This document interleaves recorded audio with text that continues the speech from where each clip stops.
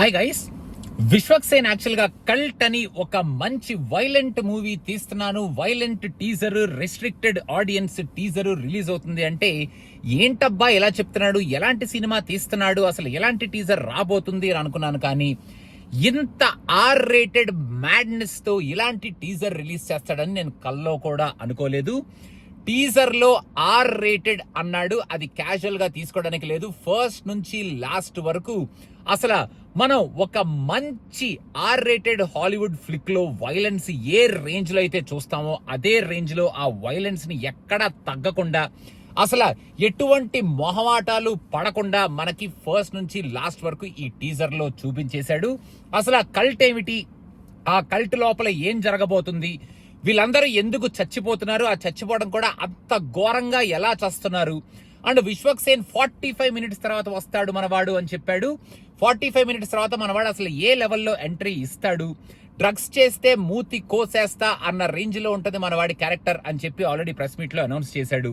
So అసలు మనవాడు ఈ సినిమాలో అసలు ఏం చెయ్యబోతున్నాడు, ఏం చేస్తాడు, ఆ బ్యాక్గ్రౌండ్ ఏమిటి, ఈ కల్ట్ లోకి వచ్చిన తర్వాత ఆ కల్ట్ లో మన హిట్ 3 రేంజ్ లో మన నానిలాగా ఆ కల్ట్ ని ఎరాడికేట్ చేయడానికి, ఆ కల్ట్ తో ఫైట్ చేయడానికి, ఆ ముగ్గురు పిల్లలు మిగతా వాళ్ళందరూ ఎవరైతే ఉన్నారో ఆ కల్ట్ లో చిక్కుకున్న వాళ్ళందరినీ సేవ్ చేయడానికి మనవాడు వస్తాడా, ఏ రేంజ్ లో వస్తాడు, వచ్చిన తర్వాత ఇంకా వైలెన్స్ ఏ మోతాదులో ఉండబోతుంది అనేది మనం వేచి చూడాలి.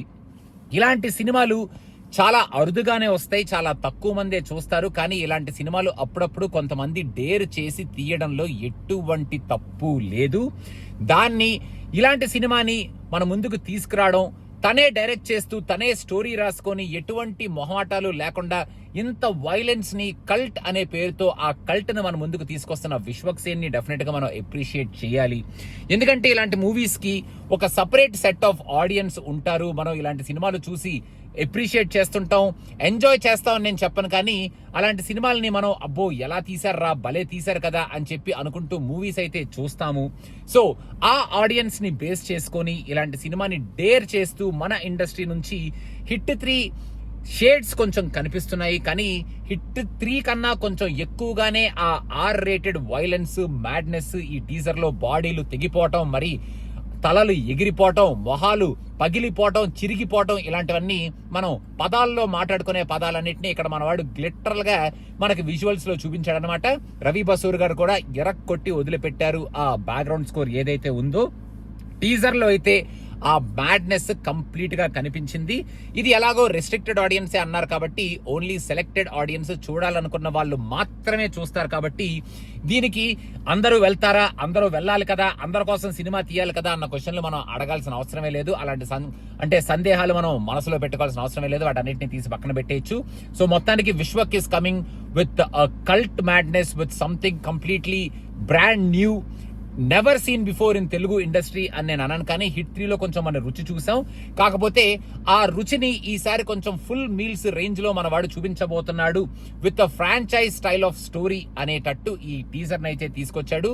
ఒక మంచి ప్యాకేజ్ అయితే ఈ టీజర్ లో మనవాడు పెట్టుకున్నాడు. ఇంకా స్టోరీ అండ్ మన విశ్వ క్యారెక్టరైజేషన్ ఇదే రేంజ్ లో కనుక ఉంటే మనోడి డైరెక్షన్ ఎలాగో సూపర్ గా చేస్తాడు.